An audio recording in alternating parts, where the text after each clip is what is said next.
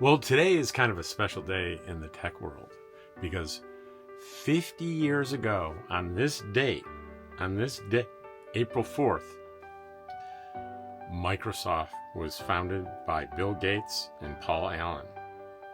And here's the article. 50 years ago today, Microsoft was founded as a partnership between childhood friends and computer whiz kids Bill Gates and Paul Allen. The company became the largest seller of software in the world, developing MS-DOS for early IBM PCs and later Windows and Microsoft Office. Its market cap has topped $1 trillion. That's with a T. And through various acquisitions, became one of the most valuable brands in history. In another of these history columns, the anniversary of the launch of Windows XP operating system is celebrated as the longest-lived relevant computer software ever, and the one on which virtually all millennials learned how to use a computer. Even today in Albania, there are apparently still ATMs that run on XP. The longevity is just one marker of the success of Microsoft products.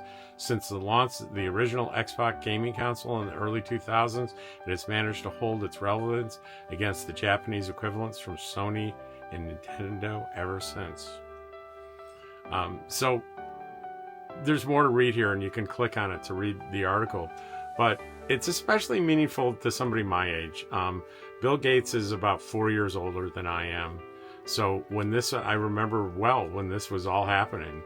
And I remember the first, IBM PC that I ever used was with very soon after the introduction of it, and my very first experience with DOS and what I knew about Microsoft and Bill Gates. It was an exciting thing. We were all young and exciting. We were all excited, and Bill Gates and Paul Allen felt like kind of a contemporary to me back then. This was in the early 1980s. And here's the thing. Younger people see Bill Gates in a very different light. They see him as this billionaire character that has all sorts of controversy. But back then, it wasn't like that. He wasn't a billionaire. He was a kid like me. A guy in his 20s trying to make a living in the business world as best you can. And his innovations really fueled my business career in my 20s. And I'll always look back really fondly on those years.